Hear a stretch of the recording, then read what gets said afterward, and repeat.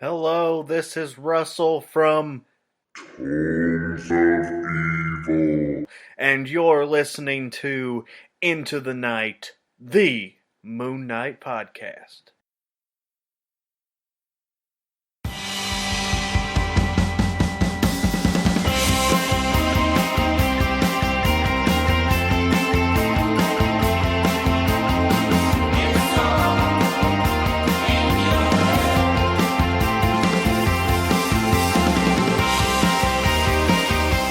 Yes, welcome back, Looney listeners. You are listening to Into the Night, the Moon Knight podcast. This is episode 206, and you're with your high-pressure KHONSHU, Ray. Hello, everyone. And we have, as always, at the top of the week, an idle chat episode. So this time, I will be speaking with a special guest, and it will be on Moon Knight. Team-ups, I guess non-Marvel team-ups. To start that out as DC, we thought we'd just expand it a little. And joining me, returning to the show after a short break and forming his own podcast. we have welcome back Jack Russell. Give me a keg of beer. Moran, Russell, welcome back. No. Hello. I have returned. I have escaped the tomes of evil briefly. Yeah, I mean, we'll get into that. I mean, for sure, because I'd really love to, for the listeners that don't know about Tomes of Evil, to hear more about it. It's a new podcast, relatively new now. Like, you've got a fair few episodes under your belt, so I can't call you Youngblood anymore. But before that, a big thank you, of course, to our gracious patronies. So those listed as co-producers and executive producers on each of our episodes. You too can become a patronie as well. Go check out our Patreon page. More details towards the end of the show. A big thank you then to the likes of Daniel, Justin, Derek, Wayne, Jordan, Josh, James, Russell, and Anthony. A big thanks, Russell, as well. You guys No problem. really do help prop up the show. Speaking of one of the patronies, another one, Daniel doing Fringe Knight. It's an original indie comic based on Erie, Pennsylvania's very own mysterious superhero. And our other sponsors, Hello Headphones, empowering gamers to play at their best, and Dreamland Comics, the superhero superstore. So, yeah, Russell, before we get into... there's a smattering, just a really small smattering of Moon Knight news. Tomes of Evil. I want all the listeners to know about this. How would you best describe it? I mean, I know it, but for those that don't. I guess the best way to put it is that every episode we do a character spotlight on a different supervillain. It can be from Marvel, DC, Image, Valiant, Dark Horse. We're even going to start doing manga villains here soon. So, yeah. Basically, we just take a character and we go through some of their best stories, and that's pretty much it. Ray was kind enough to be the first ever guest. Yeah, we talked about the leader. The leader. I know it was a bit of out of left field, that one, but you gave me an opportunity, Russell, to the canvas was wide, and it would have been obvious to have picked a Moon Knight or a Spider-Woman or a Superman villain. Wanted to go with something that was one of my closest superheroes, one dear to my heart, and one that's dear to yours as well. So, yes. The Incredible Hulk. So the leader was fun. But yeah, listeners, it's great. Jumped on. It's a heap of fun. You have all these other shows as well within there, like Hobgoblin Historia, which is pretty cool. Weeds of Crime. I don't know too much about the Shadow, but what's the correlation between Weeds and the Shadow? So that was one of the Shadow's many catchphrases. He would always say, "The weed of crime bears bitter fruit." Okay, right. So that's where that comes from. Right. I was trying to find weed and Shadow. Well, maybe the Shadow likes some dope. I don't know. So anyway, for sure, definitely check it out. These will be in the show notes as well. Any big projects on the horizon, Russell, within Tomes of Evil? Well, there's a couple, if I can highlight a couple. We just started our summer of interviews where I kind of get Yes. some other content creators, some bigger names, I would say. We just talked to A Sound of Thunder, a band that you and I both know. We talked about Master Dark, and they did a whole concept album on Shadow Man, and it was great.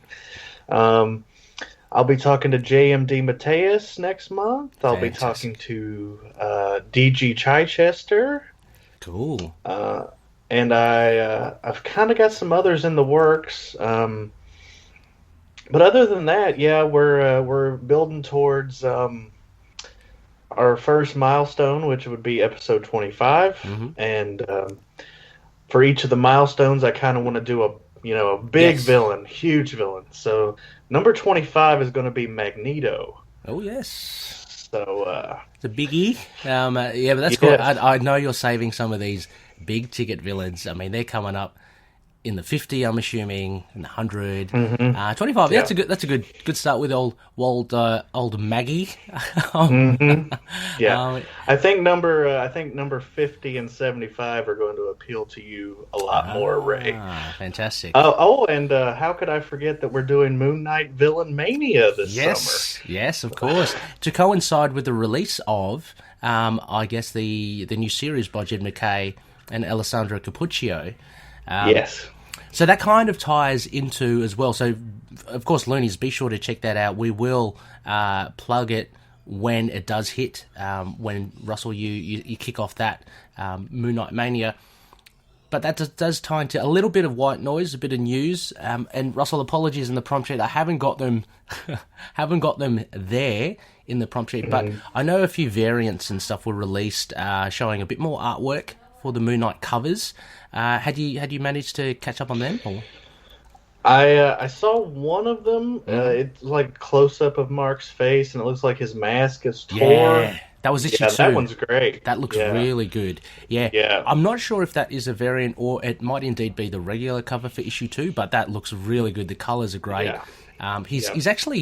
He's got a crescent dart in between his teeth. I don't know if you noticed that. No, I didn't notice. Yeah, he's biting down on it, and something's happening. There's some sort of green energy or something coming out of his eye. So that's really cool. The other one I saw, I think Orion from our Discord server, he dropped in a Peach Momoko variant.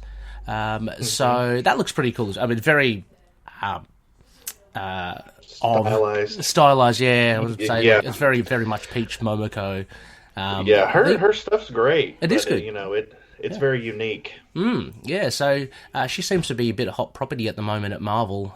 So for you loonies, of course, that want to collect everything, be sure to pick up all these variants. We'll chuck them up in the group and in the page just to make sure that you know what's coming out. But apart from... I think... go ahead. No, sorry, Russell. I was just going to say, I think I can't remember if it was an interview with Jed, perhaps, but I think they gave some insight into a new villain.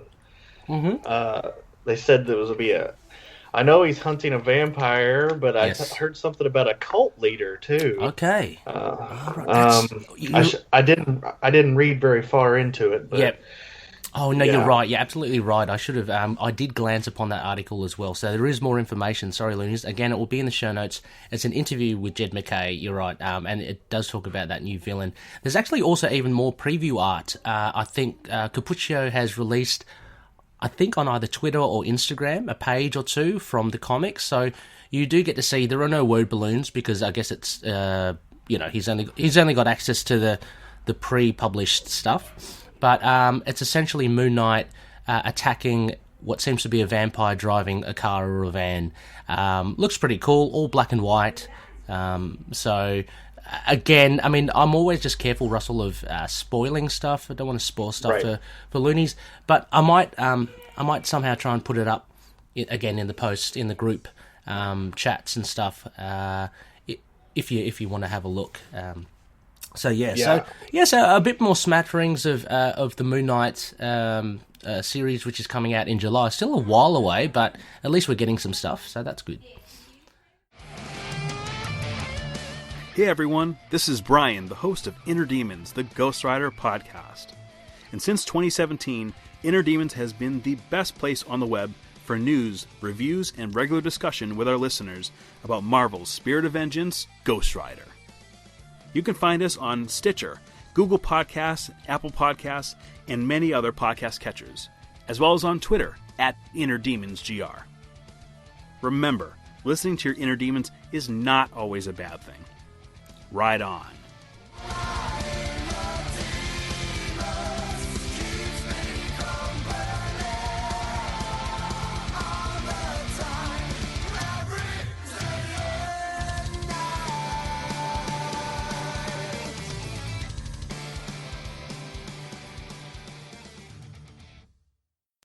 Hi, this is Declan Shalvey, former artist of Moon Knight, and you're listening to Into the Night, the Moon Knight podcast.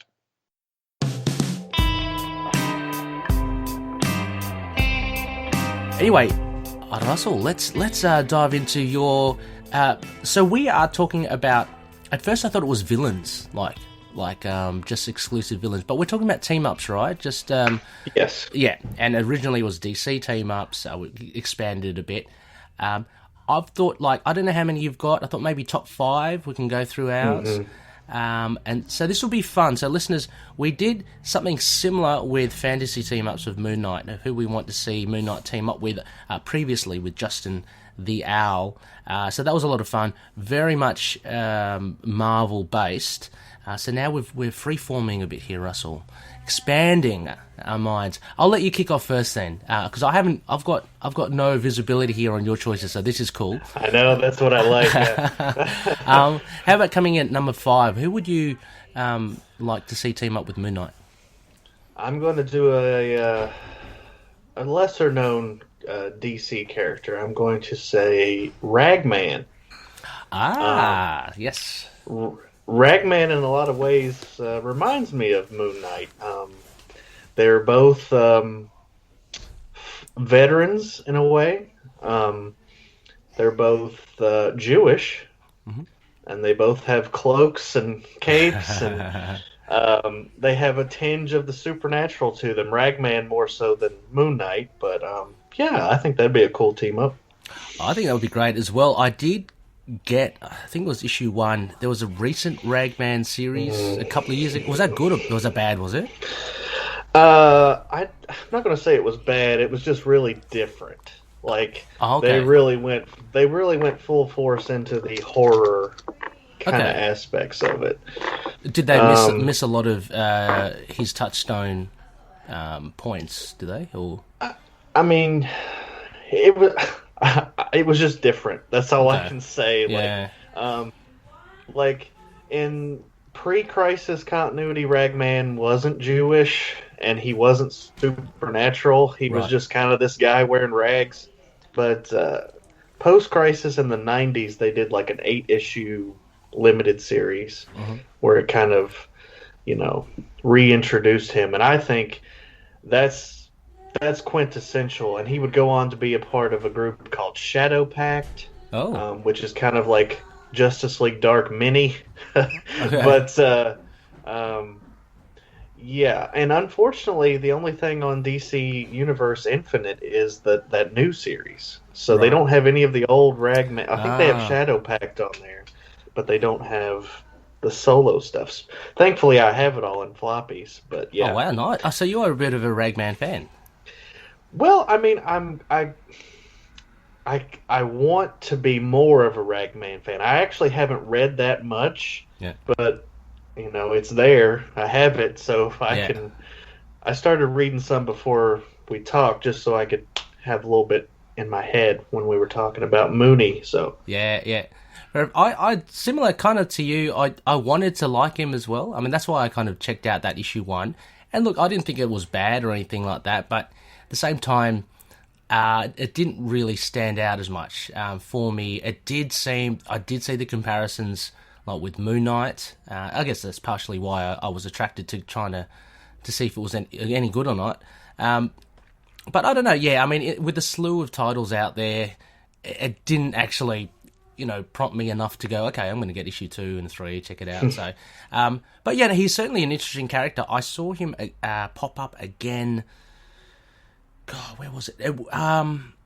It might have been, at the back of some of these Future State issues, and it was focusing on the magical supernatural characters like Constantine.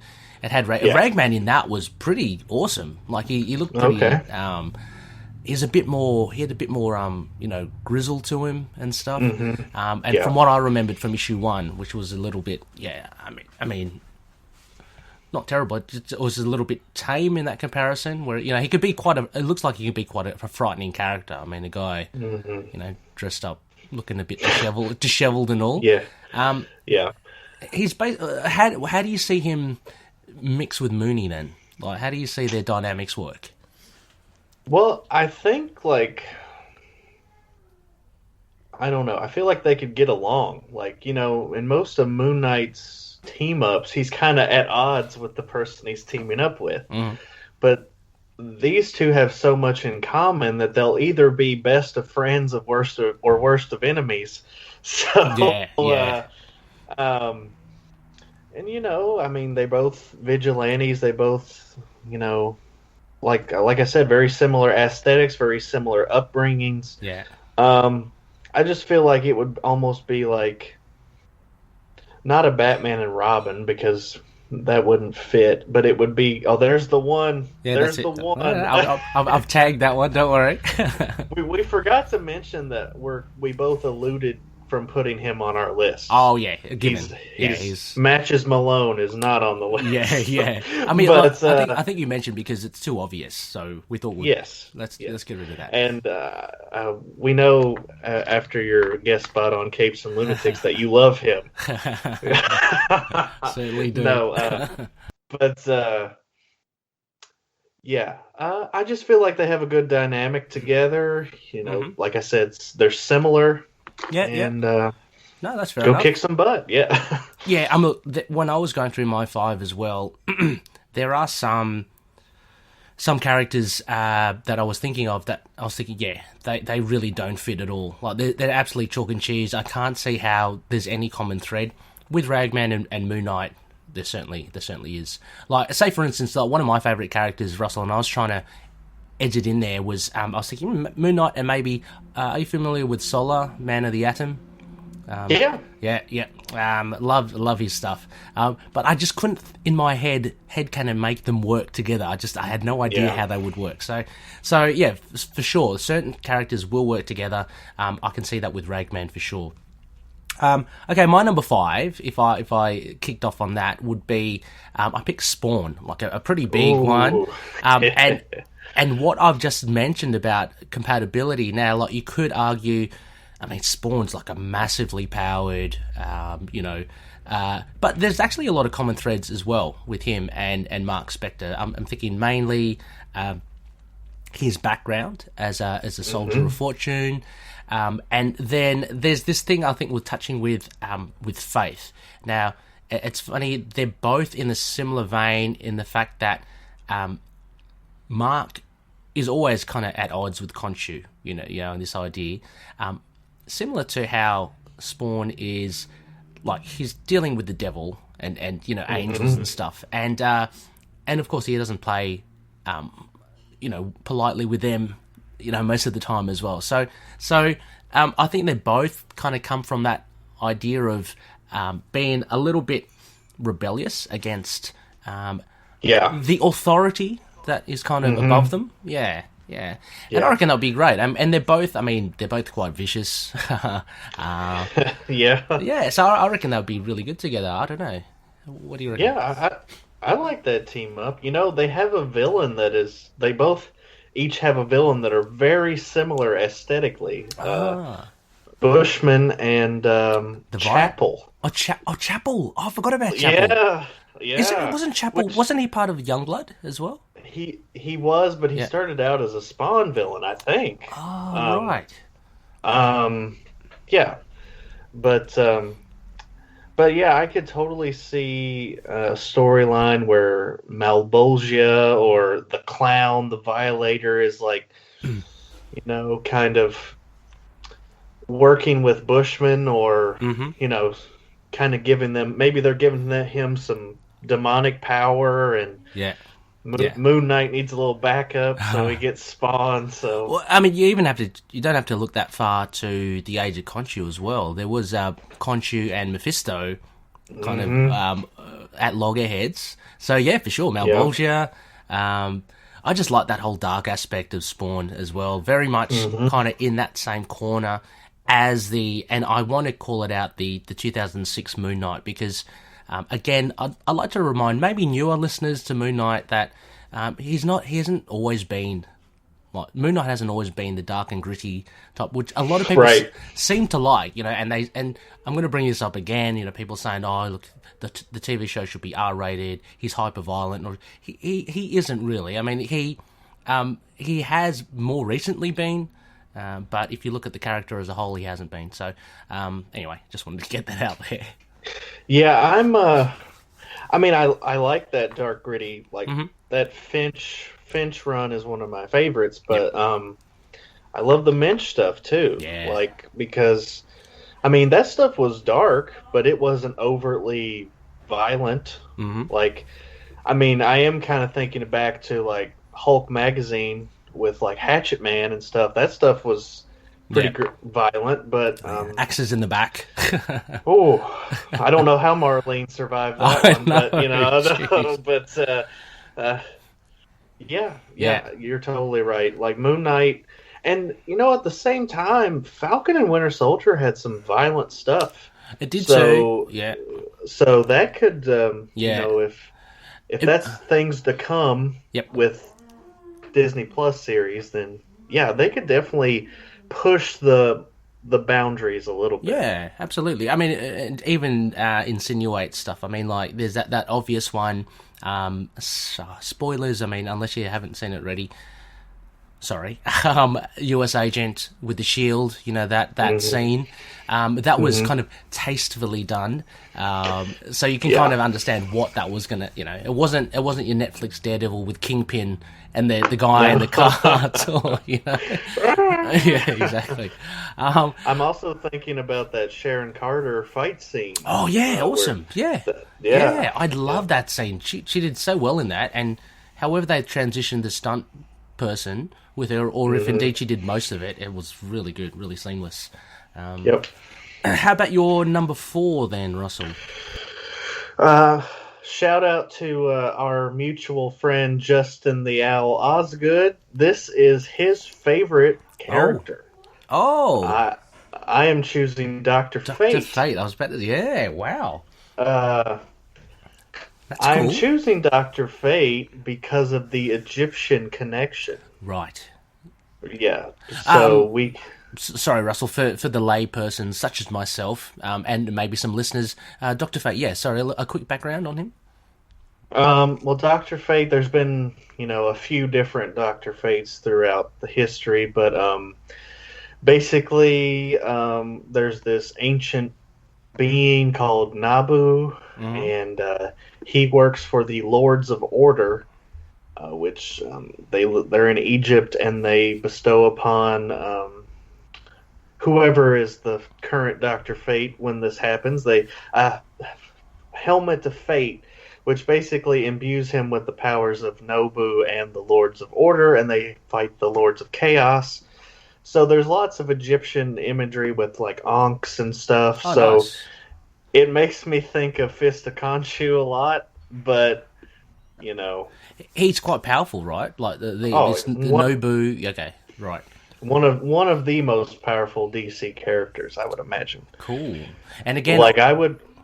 Sorry, I was going to say, no offense to Connor out there, but I would put Dr. Fate against Superman, and I think it would be pretty close. Well, that's a whole like the magic element, right? Which Superman's kind of okay. Wow. He's not necessarily weak to it, but can be hurt by it. So yeah. Because it's technically like a different. I guess it comes from a different dimension, so it's not part of our world, so it can hurt him. So wow, yeah. again, I've touched upon Dr. Fate in those backup stories in Future State, and he does seem pretty cool. He came at the end like it was like a big reveal, like Dr. Fate was behind all this sort of stuff. But yeah, he certainly. I love the aesthetic as well. And you can't go wrong, I guess, with that ties with the Egyptian. I mean, you can have so much fun with that angle of Moon Knight and Dr. Fate, which I think they should really explore more. Like, again, I'm going to harp on about, the gods and myths and stuff. I'd love to see more of that. We kind of got it with Age of Khonshu, but not really. That was more of a devil kind of thing, and I want to see other gods in there. I want to see Anubis, Osiris, Horus, all that sort of stuff. So I mean, we've gotten Set a bunch, but yeah, exactly. Actually, and I've been rereading because Capes and Lunatics been rereading the Atlantis attacks, and I loved bring more Set in. It seems such a force. So yeah, I sent some feedback in there for that one this morning, and I think you and I, because you sent feedback too, and we 100% agree that what the hell was Rob Liefeld doing? Oh, it's so weird though, isn't it? I mean, because my mind casts back to the 90s when I was a young whippersnapper, and under the thrall of Jim Lee and Rob Liefeld and all that. And then going back to it now, reading it, looking at it, it's like, man, he's not top tier, like, for me, anymore. Like, I would say I thought his Abomination looked great. I reckon the Abomination on the cover looked even better. But, well, that was John Byrne on the cover. Burns, he's She-Hulk. Exactly. But the Abomination was okay. It was good. It kind of lacks, his artwork lacks fluidity. Like, the figures always look rigid. I don't know why, but and it's ugly. It's ugly. And I happen to keep on looking at the feet, going, "Oh, he's drawn feet there. He's drawn feet there." And there was one panel that they brought up on the show. It's She-Hulk. She's throwing that tankard or that at the Abomination, and the Abomination is like twisted all around. It's like a booty shot of the Abomination, and he looks so weird. I'm gonna have to critique that art again. I'm gonna reread it and critique it again. But I mean, the story was great. I loved the idea with Set. I liked it. Yeah. Such a force. It's so cool. And Tyrannus was in there. How often do you see Tyrannus like in a story? He was like mostly a Hulk villain, like way back in the day. Yeah. No, it was good, and I really loved She-Hulk. Every time I see her now, like, I'm reading older comics as well, but she's so refreshing. I don't know. She's just there's not enough. Have you read the Sensational She-Hulk? That run. Bits and pieces of it. Yeah, bits and pieces. Like, I want to go back and read, because I know that's a classic run. I know Dan Slott did a good run. I know. Yes. Yeah. Charles Soule. Yeah. I love Charles Soule's writing. So yeah, I haven't read that She-Hulk one. I've read the Dan Slott one, which I think is awesome. But yeah, that's anyway. We're getting a little bit sidetracked. We are, but yeah, but it's all good. It's all good. So that was that. Sorry, listeners, we're talking about an Amazing Spider-Man. Annual 23? 23, was it? Okay, well, I knew it was a high annual number. But yeah, that was one of the Atlantis attacks. But anyway, tying it into Set. So my number 4, I've tried to go a little bit different, and as many people know, I'm not that well versed in DC, so I had to plunder elsewhere. I picked Grendel. I forget Wagner's Matt. Is it Matt Wagner? Matt Wagner. Matt Wagner's Grendel.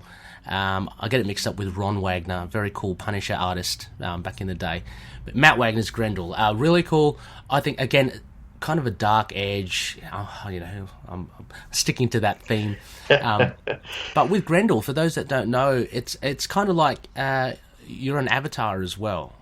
So you can take on the moniker of Grendel, kind of embody this spirit, and it's very ambiguous. And I like it, similar to how Mensch portrayed Moon Knight, being very ambiguous, like as a superhero. I mean, again, if you strip away his costume, what is he? Like, he's just a normal dude, but he happens to be elevated to superhero status because he can't be beat. Similar with Grendel. The defining feature is this really cool kind of eye pattern, which people either apply on makeup or put a mask on. Started out with Hunter Rose, I think is the guy's name, at the very beginning. But it goes through, it spans centuries and stuff, and there's been many, many stories told about Grendel. One of my favourites was actually Grendel embodied a community, so it wasn't just one person. It seemed to, it's kind of weird, it's almost like a mist, or the spirit seemed to just like possess the whole community, and that was really cool. It ended up being just really good storytelling, really good drama and action. But I think with Moon Knight it will be cool because here we've got two figures that you could argue aren't totally in control of themselves, you know what I mean? And again, serving another purpose, serving someone else, serving something else. And so, again, Grendel's kind of very street level as well. Nothing too fantastic about the powers. They just happen to be agile and a little bit stronger. But yeah, I think that'd be pretty cool. Have you read many Grendel issues? Nothing. Oh, nothing. Okay. Oh, highly recommended. I've only seen him in like ads. Okay. Flipping through a comic and there he is. Not to bring him up again, but Grendel has had a crossover with the Shadow. Yes. So, yes. Absolutely. I haven't even read that, but I'm sure we'll get to it eventually on the Weeds of Crime. But yeah, I mean, he always looked cool. He kind of has a like a Deathstroke, Deadpool kind of look, but he's mostly black, and he's cool. I mean, different. Sorry. I was just going to say, seems to be named after the Beowulf. Yes. Well, that's kind of what when I got into Grendel, kind of got me to his name. Checked out Beowulf, read Beowulf, got into that whole kind of myth, which is really cool as well. Did you ever see the movie? Yes. The animated. I thought that was pretty good. I enjoyed it. That had Angelina Jolie from memory. She was I can't remember who played Beowulf, but I can see him, but I don't remember who played him. It's been a while. I can't remember as well. I remember being shocked by, I guess, the graphic violence in it. I wasn't expecting that at all. But it was a kind of a pleasant surprise, if I can say. But and the crossover with the Shadow, I think that was Hunter Rose. I think that was the original OG Grendel. Okay. He was a bit more dapper. He actually had the mask, but it was really cool. I think he wore like a suit and stuff, so it was a bit more Mr. Knight kind of thing. Whereas I read actually more of the latter stuff, which spanned like centuries into the future, sci-fi, and there was this Grendel Prime. It was off planet and stuff. It was really, really bonkers. But sounds really like Jason X or. Exactly. What's that? Friday the 13th, right? Is that? Yes. Yeah. Cool. Crazy stuff. Okay. Well, how about your number 3, Russell? Okay, so just beforehand, these two are on totally different power levels. Okay. much like Dr. Fate was, okay. But this is somebody that I kind of introduced you to, Ray. Oh, yes.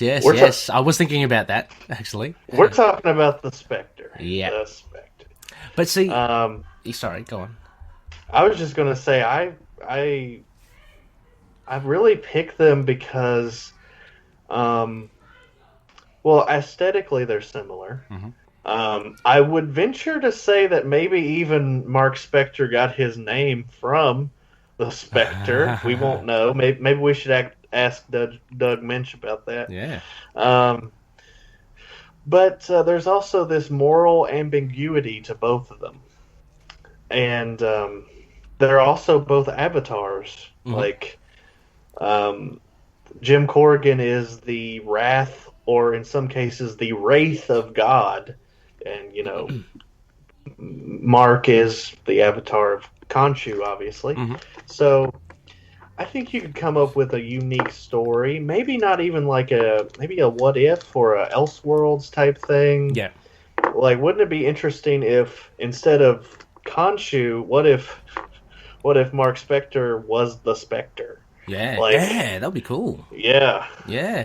See, I think, I mean, despite what I said earlier about, but regardless of power set, I can see these working, and not just because of the aesthetic and stuff, but exactly as you say, there's they're both avatars of vengeance, basically, and it doesn't matter that the Spectre, can fight on a massive scale compared to like Mark Spector, but I think that would be really cool. Different stories, as you say, Elseworlds, or similar to Serpentmoor, you get KHONSHU giving Mark a bit more of a sliver of the moon, the power of the moon, and maybe he can be elevated towards that Spectre level. Wow. Yeah, that sort of stuff. Well, actually, I don't know. The Spectre does look pretty powerful, but if you Serpentmoor, Mark, he kind of was pretty big ticket there as well. But again, you don't have to have them level like with power to make it work, and I think both character and personality they would work well together. So yeah, definitely from what I've read, which you have been so generous to give me, that first trade of the Spectre, Corrigan is such a complicated character. You can see his heart's in the right place, but there are bits and pieces where it's like he switches off his emotional side or rational side, all for the betterment of serving that purpose. And I can see that working against Mark as well. Yeah, he struggles with that for most of that Ostrander run. Yeah, it gets even worse after what happens at the end of that first trade with, losing the woman he loves. Spoilers. Yeah. Damn you, Asmodeus. Asmodeus, yeah. Oh, he's so good. Yeah. I'm really he hasn't been used since that. That's crazy. That's crazy. He came back one more time in that run for like their big confrontation, and then never again. So that's crazy. Yeah. But definitely worth reading again, and listeners, I would highly recommend it. Ostrander's run, and I'm going to butcher the guy's name. Is it Drake or Mandrake? Tom Mandrake. Mandrake, yeah. He's really good art. Very gruesome stuff. Like there's, my gosh, it's and just max level, extravagant. Like. It's crazy. It's a nice mix of like almost like Doctor Strange-esque, just weirdness, and cosmic weirdness, and then you get that the real kind of gritty street level, guy pinned to the wall, like just impaled and stuff.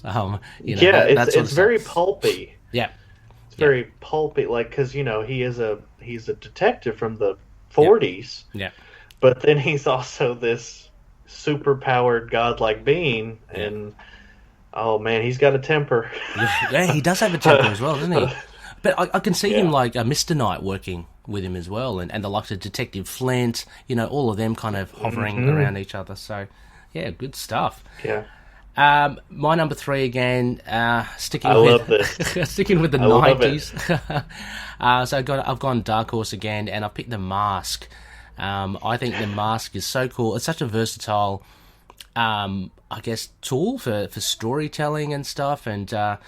And again, for those that don't know and are unfamiliar, say, with the Jim Carrey 90s movie with Cameron Diaz, I think she was in there as well. Yeah, her first film. Yeah. Oh, her first film. Jeez. It's literally a mask that you kind of wear, and it gets stuck on your face. It changes you, it brings out stuff in you, you become literally, I think, unkillable with it, anyway, I think this is a fantastic opportunity for Moon Knight to actually, again, explore his inner dealings, his mental issues, and what, say, Mark Spector stumbles on the mask, and it goes, it kind of transforms him. he then has the power to maybe go up against KHONSHU. It will bring stuff out, like his personalities. There'll be a lot of inner turmoil, I reckon, as well. And then you'd have him amped up. You'd have him souped up as a a pretty powerful thing. Apart from that as well, you could have Mark stumble on someone who's got the mask, and I think that would work as well. So, yeah. I think a lot of people don't realize that the Mask comics are very, very different than that movie. Are. Yes. Much more violent, much more... He's less of a hero. I'd say he's like borderline a villain in some cases, but... in your territory. But that movie was one of my favorites as a kid. I still love that movie. It is a cool movie. I mean, yeah. And I like the comics. I think they're pretty, like I said, they're very violent. They're nutty. Yeah, so you get some good artwork as well, like in the old comics. So, and look, just going back to Hollywood and the thing, I think Jim Carrey was perfectly cast. Like his malleable face, despite the makeup, like he did all of that, himself, and those different expressions. Fantastic. It's just a fun film. I mean, like, loonies, if you want to go and watch Gone with the Wind, don't expect that. Don't expect that from The Mask. That's DJ Nick's territory. DJ Nick has got that Oscar podcast. Yeah, exactly. I don't think you'll get The Mask on there as one of the gold standards, but it is fun. I don't. He could do it on Happiness and Darkness. I don't know if he's done that yet. I don't think he has. No. Ooh. Yeah. Oh, just hit him up. Yeah. I just incidentally, cool. Russell, I am jumping on there next week. Ooh. You won't believe what I'm going to go for. Oh, okay. No, yes, you would. Yes, you would actually. I picked the Predator. So. That's not fair. How dare you? No, I've been skirting around that for ages, like, because Nick's saying, look, at first he couldn't, like, it was just all comic book based and stuff, and then he's opened it up to now, like, inspired by comics and such. So, Aliens, RoboCop, and all that, and it was like Predator just like staring me straight in the face. Like it's like I've got to do it. So look, I know that film back to front. So but I like Predator 2 just as much. So maybe maybe Nick will let me do Predator 2 on there. Yeah, but I when I hear Predator now, Ray, I just get so sad. I know. You and I were supposed to do something real special with the Predator. And I looked up all that news about the legalities of it all and can't believe it. But look, the best case scenario is that Marvel do get it, but it's up only until January 2023. That's from my understanding. Because the Thomas brothers are keen to. Well, if they're gonna take the property, do something with it. I hope they do something well with it. So I hope they make a lot of money from it because it is their it is technically their creation. But I hope it doesn't stifle any stories for us, the fans. That's all I'm hoping for. Right. Yeah. It's a double-edged sword. Yeah. Yeah. Absolutely. With that, because. You want the creators to, benefit from their creation. Absolutely. But we also want to benefit, in a selfish way. We want to benefit from... Yeah.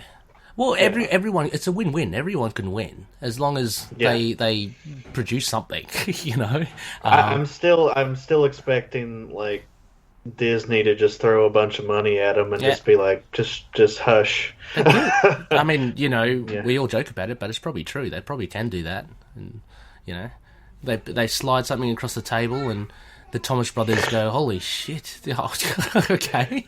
Well, let's do it then. Yeah. So anyway, Russell, let's head towards your number 2. Who would you team up with Moon Knight? Well, Ray, who knows what evil lurks in the hearts of here we go. Yeah. Well, the Shadow knows. Yes. Very suitable. Yeah. Yes, they have so many similarities. I mentioned this, I think, the last time I was on Into the Night, is that the Minch run of Moon Knight works very similar to the Shadow in that he has all these agents. Like, you know, Mark has Marlene, he has Frenchie, he has Ray, he has Crawley. You know, the list goes on and on. Well, the Shadow has all these agents too. He's got Margot Lane, he's got Shrevey, he's got Burbank, Harry Vincent. So yeah, they definitely have those similarities. They're both, you know, creatures of the night, vigilantes, and they're both not above killing. That's for sure. Oh, I didn't know that about the Shadow.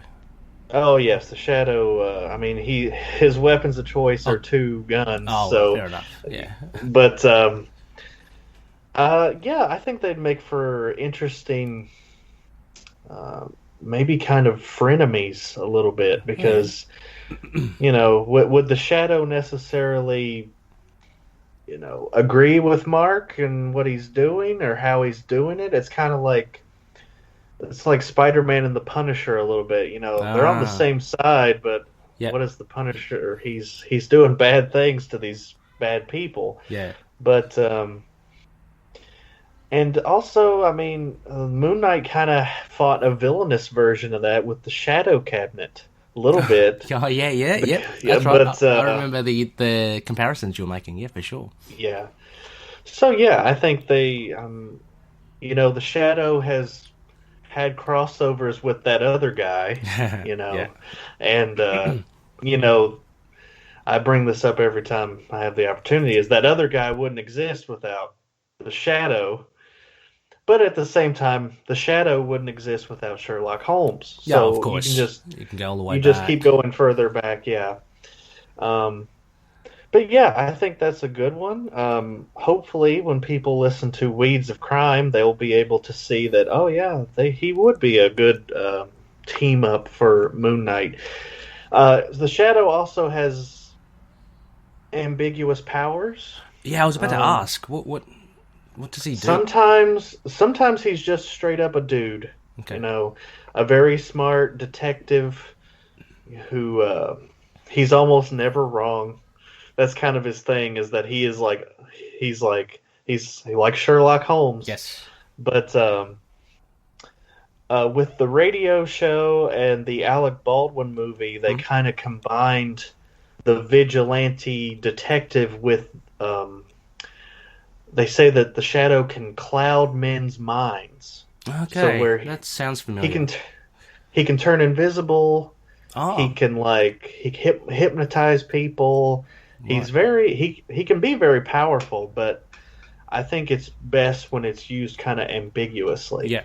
So this thing about clouding people's minds, so he doesn't literally disappear. It's like it's an illusion to people, right? Yes. Oh, yes. Okay. Awesome. Well, the creator of the Shadow, Walter Gibson, he was a magician by trade. Oh, okay. And he was, you know, he worked under Harry Houdini. Right. So he took those ideas and he combined it with Sherlock Holmes and Bela Lugosi's portrayal of Dracula. Right. And basically mushed them all together and we got the Shadow. But, nice. Yeah. I was mentioning it to Connor that the Shadow actually has a similar origin to Danny Rand a little bit. Oh, wow. Because studying it in the mountains? Or? Yeah, the Shadow was a man named Kent Allard who he was a fighter pilot in World War I, and he crashed in, I think, Tibet. Okay. And he learned under this master who taught him how to do all this stuff. So, yeah. I mean, that's a typical trope, but it is very similar to Iron Fist in a lot of ways. Yeah. With Iron Fist twisting that a little by having Danny's mother eaten by wolves. I mean, I think that's the only time I've heard that written, but it's very different, very memorable. No, I can see that as well, the Shadow, for sure. They're both kind of lone wolves, aren't they? Funnily enough, having said that, but with their own network, as you said, of support. But essentially, you know, they kind of want to do everything by themselves. I find it funny because they do rely. Moon Knight relies so heavily on the likes of Crawley and Marlene and Frenchie. We'll be looking at an issue a bit later on in the week, Russell, and I like this rapport that Moon Knight has with Frenchie when they're right in the field of action. So it's really cool. So Moon Knight does rely a lot, and I guess the Shadow does the same. Interesting, like with the guns, you can't really. There's only really one outcome with someone who has guns, right? Unless he's a very good shot and maims everyone. Guns are pretty final with what they want to do. Yeah. All right, well, we're hurtling towards our final one. My number 2, and look, listeners, a little bit of self-indulgence. Again, it's just, when you pick these things. My reasoning is, again, my love of the mythology. So we've got Egyptian mythology. Excuse me one sec. Mythology. And over here, with the announcement, I can't wait, Russell. I'm going to pick it up hopefully today from my LCS. DC have released this 100-page celebration of Asian superheroes, and it's an introduction of the Monkey Prince, which is apparently the son of the Monkey King. Now, the Monkey King, I love. Anyone that has grown up and watched, there was this show called Monkey. We had it in Australia a lot. It was rerun a lot, like on one channel. So when I grew up, I digested all. Not digested. I watched all of that. Have you watched Monkey? I've not seen Monkey. You haven't? Oh, really cool. I mean, it's obviously very dated now, but it still has the... I like dated stuff. Yeah, it still has the charm and all that. So for listeners, the Monkey King is basically from the Chinese mythology and the fables or the tales journey to the West. Pop culture-wise, you probably would have come across it with Gorillaz. I think they released a soundtrack based on Journey to the West, which is based on the monkey mythology. But anyway, the Monkey King, and I'm assuming the Monkey Prince is the same, massively powered. Well, Russell, really cool. He's basically a god based off the monkey. He's very cheeky, super good like in fighting. He can do stuff like he can pick I think either pick his nose hair or pick his chest hair, and he can blow on it and create duplicates of himself. He can fly on a cloud. He's got his own personal cloud which he can fly and whisk around in. He's super strong. He's had like a mountain. He was imprisoned by having a whole mountain like thrust on him, so he was imprisoned that way. But he still survived. He's just really, and he ate. One of the reasons why he was chucked out of heaven apparently was that he ate some of the immortal peaches or something from the immortal tree. So he's in fact immortal now as well. Very cool.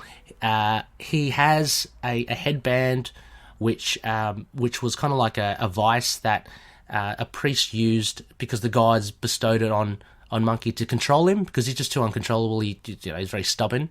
So he had this thing on his head. People will know in the TV show Trippy Taka was the priest, and she would like start chanting a mantra whenever Monkey was unruly, and that band would like constrict on his head, cause him incredible pain. That was how to control Monkey. But anyway, is a fascinating character. I'd love to see him go up against other gods. So again, I'd love to see him go up against Khonshu. I'd love to see what Mark or Moon Knight would think of him. He'd probably be on side with Monkey, I reckon, because he doesn't really like Khonshu. Right. But yeah, I can see a lot of fun happening with that, so that's why I picked the Monkey King. I definitely think, Ray, that you should watch the original Dragon Ball. Because... Goku, obviously they got away with that when they start to go into Dragon Ball Z. They get more of a sci-fi mix to it. But the original Dragon Ball, very based in mythology, heavily inspired by Journey to the West. Yep. Goku is, the Monkey King in a lot of ways. Right. He's got a tail. He's got a power pole. Yes, just like got the Monkey staff. King. Yeah. He rides around on a cloud. The Oh, Nimbus wow. Cloud Does is he? what it's called. Okay. So yeah, and he's super strong. Wow. So I can definitely see a team up between the Monkey King and or the Monkey Prince and with Moon Knight. I just think it'd be a lot of fun. I can imagine a lot of quips between the two. Yeah. Making fun of each other. Yeah, absolutely. But I like that. I like that pick. It's funny enough as well. I mean, I haven't read it yet, and by the time this comes out, maybe some listeners who will pick up that 100-page extravaganza might. But it's funny because there was an article before. Apparently, the Monkey Prince thinks all superheroes are idiots. So I'd love to see that dynamic as well, because being a god and stuff, the prince or godling, he seems to have no respect at all for these earthly superheroes. So that would be a nice little dynamic as well, to see that work. But yeah, I'm really glad. I mean, I definitely want to pick that up. I feel like Asian culture is always not represented as much as it should be, especially in American comics. Yeah. Same way with the I'm going to pick up the Pride one that they're doing. Oh yes, okay. Yeah, mostly because Alan Scott has a story in that, and I love that Green Lantern a lot. Yeah. But yeah, I'm excited. I like the Monkey Prince. Sounds awesome, so I want to pick that up for sure. Yeah, I'll definitely. I'm sure we'll exchange our thoughts on it if you do get it, and I'll give it a good read as well. Monkey Prince podcast. No, I'm kidding. I'm trying to think of his villains, but he doesn't seem to have an arch nemesis. But yeah, anyway, I'm sure he does. Like, if you've read further, I've only read the Penguin Class. I was talking to Connor the other day, just yesterday, about it, and I've only read the Penguin Classics. It's kind of like a truncated best of the Journey to the West tales, because there are hundreds of them. But yeah, really highly recommend it as well. They're just fun tales, and it's kind of really, if you love comics and stuff, it's rife with imagination. Like, so Monkey, there's Pigsy, based off a pig. There's Goku has a pig friend. Oh, does he? Oh, really? Yes. Oh, so, well, those guys are. Oh, okay. I forgot to mention that Goku, when he was little, when he has his tail, if he would see the moon, he would turn into basically King Kong. Oh, he cool. would grow and get, like, imagine King Kong mixed with the Wolfman. You just get this Goku's. It's Goku sounding more and more interesting to me now. I've never touched Dragon Ball at all, but I might have to check it out. Yeah. Okay, Russell, you're number one then. Let's see a drum roll, everybody, or who you reckon will be a good team up with Mr. Mark Spector. Well, that's a good question. I'm going with Vic Sage. I'm going with The Question. Nice. The Question is such an intriguing character. He's been portrayed differently depending on who's writing him. Yeah. My favorite is the Denny O'Neil, Dennis Cowan run, where he's very he embraces this kind of Zen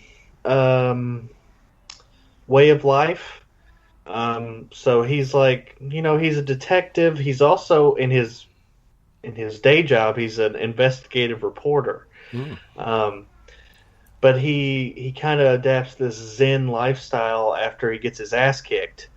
And he's kind of, in some versions, he's a conspiracy theorist. I think the Justice League cartoon did that one really well. He's like a constant conspiracy theorist.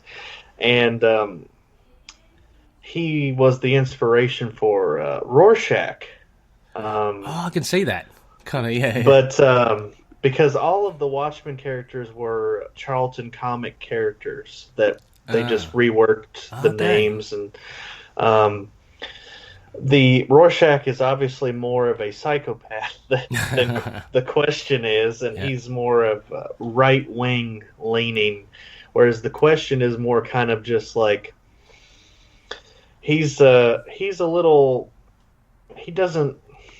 he's suspicious of everybody. Okay. Oh yeah, conspiracy theory, conspirator. Yeah, conspiracy theorist. He's a really cool character, a great hand-to-hand fighter. Okay. While also being a detective.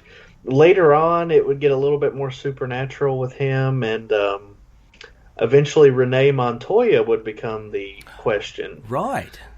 But she was great too. Yeah. But I think him and Moon Knight would have an interesting dynamic because, Moon Knight's a little crazy, but I can see maybe the Question can help Mark with that Zen lifestyle. He can try to. Well, yeah, he can try to like appease Mark's demons a little bit. Mm. Yeah, that'd be good. And you mentioned, so his power set's ambiguous as well. Like he's just a good fighter. Yeah, he doesn't have powers. Yeah. He's just a street level guy, but he is a good martial artist. Okay. He could be injured. He could be. Yeah. Okay. He was trained by he was trained by a few different people, but one of the people he was trained by was Lady Shiva. I've heard of her. She's like the best, right? Yes. Yeah. She's the baddest assassin in the entire DC universe. So she's even more so than like Deathstroke and all that. Yeah, it's pretty much common consensus that not even the Dark Knight could beat Lady Shiva. Okay. So, jeez. Yeah. Wow. Cool. I mean, the Question's really good. I think a good choice as well. I'm only starting to dip my toe into the character, but I do like what I see so far, and I certainly can see some synergy there with Mark, with Moon Knight. Again, like this whole noir side of things and detective work, which is you don't see. I mean, it is funny. It is one of the aspects of Moon Knight because he's got so many, right? But like more recently with Mr. Knight and stuff, he does kind of put that on a bit more. Yeah. That'd be the version I'd really like to see team up with the Question. They're both dapper. Yeah. I can see Mr. Knight inviting the Question into his limousine, like his large limousine with all his controls in there. Very cool. Okay, well, my final one as well, just to cap it all off, Loonies.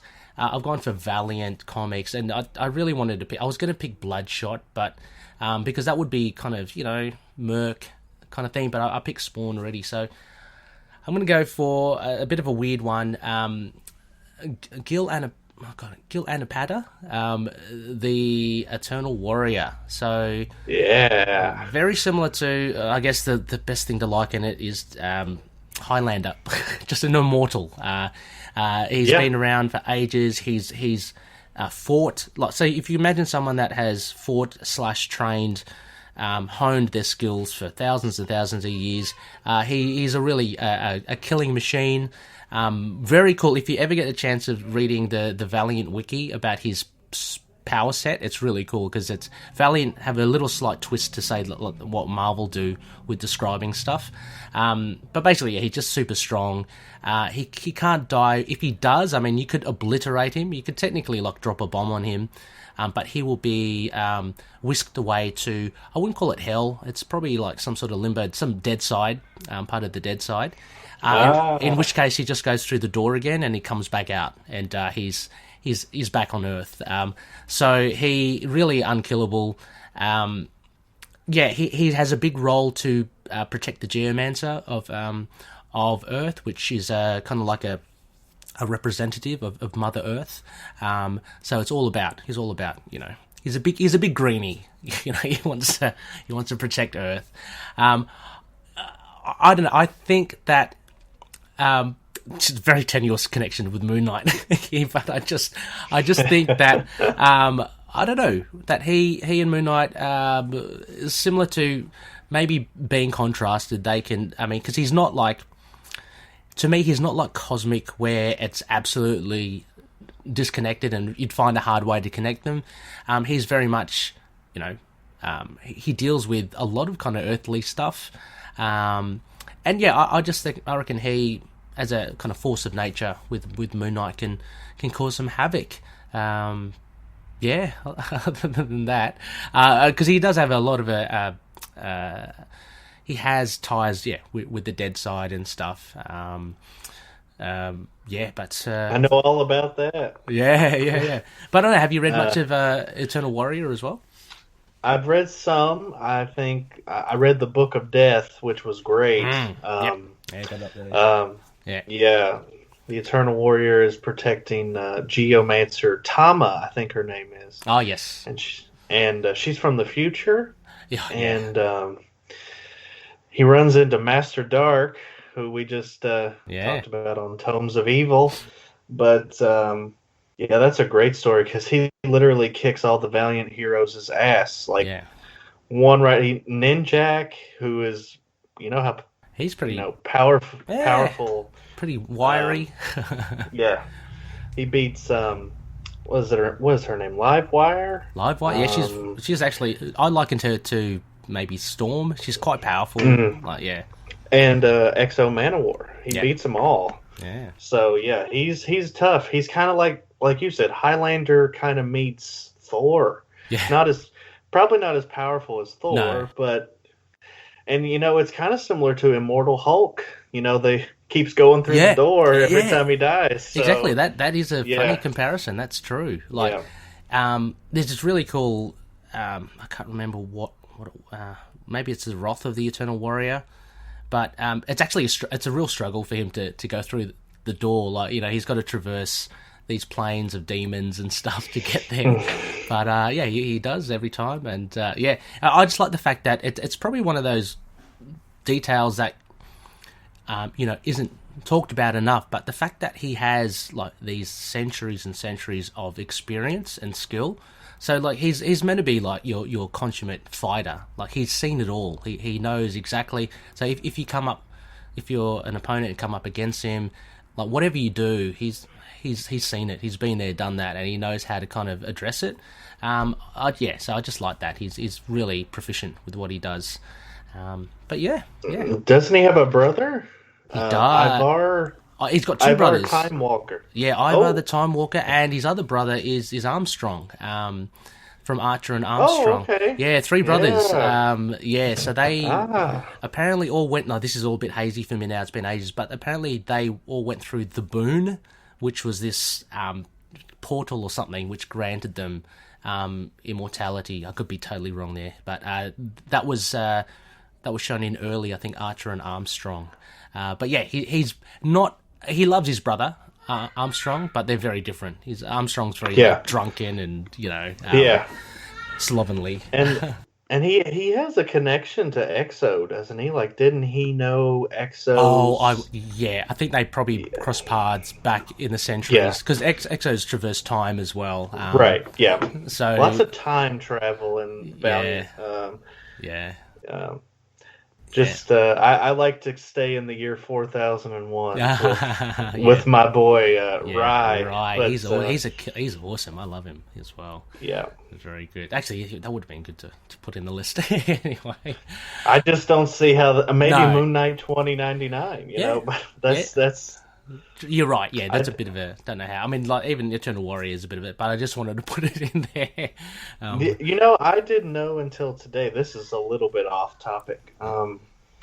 Phil brought this up on Capes and Lunatics. Is that in the Amalgam universe, that Moon Knight was fused with Nightwing? Oh, I think I came across an image of that, but I don't know much about that at all. Right, yeah. I thought, well, really, Nightwing, that's interesting, but, Yeah, that's interesting stuff. Maybe he was worth teaming up with Moon Knight, I was going to say, that's like Phil's favorite character mixed with your favorite character. You should do a show on that, but I bet he's probably just like a cameo or something. Yeah, exactly. For sure. Well, there you go, listeners. Those are our picks there, Russell. That is that's awesome. I hope actually having this. I know a lot of listeners, obviously Moon Knight fans. But maybe this opens your eyes to some other characters out there. Maybe pique your interest. Go check them out. Very cool indeed. Russell, are you able to join us a bit later in the week? We have a review that I'd love to do. I think I can find the time. Excellent stuff. Excellent stuff. Well, Russell, before we go as well, just a final shout out to Tomes of Evil. Anything else that you'd like to share to the listeners? There's going to be a new sub-series debuting probably a couple of weeks from now with one of your co-hosts, Connor. Connor from Last Sons of Krypton and the Iron Fist podcast will be joining me for... I'm still working on the title, but I think this is the one that's going to be Sanctimony of the Sith. And we're going to talk about Sith Lord Star Wars comics. Oh, yeah. Yeah, because I'm going to be the Dark Lord representative, and Connor's going to be the Jedi Knight representative, and we're going to talk about, starting with Marvel's Darth Vader, which was one of my Isla Ra books. Yeah. So, great stuff. Yeah. You're that's a huge sandbox to play in for the Star Wars villains. So it sounds like a lot of fun for sure. Listeners, definitely check it out. We'll be plugging that as well as it comes to fruition, those episodes. But in the meantime, for sure, check out Tomes of Evil. I thought I'd show you guys my friend here for the video audience. This is the Hobgoblin mask, Hobgoblin Historia. I have not forgotten about. It's been a while since I put one of those out, but it's been hard scheduling with my co-host Dylan because he's not only is he's a 911 dispatcher. Wow. But he's also a full-time martial artist, so he has very little time. So, oh gosh, if you can catch him on the show, listeners, well worth it. But hopefully we'll hear more of the Hobgoblin Historia as your co-host becomes available. Yes. Russell, it's been awesome. It'd be great to catch you later in the week, and Looney listeners, that will be a waxing crescent up in the night sky. It will be a Lunatic Modern Run review. We'll be looking at Vengeance of the Moon Knight issue 5 from 2010, Shock and Awe. It's part 5. So that will be very interesting. Russell's pick, I'm sure we'll get into it. It's a pretty cool. It's been a while since I've read it. I've forgotten how fun it is and how kind of cinematic. Yeah. But anyway, Russell, a big thank you, and catch you later in the week. Yes, I will be here. Cool. Catch up.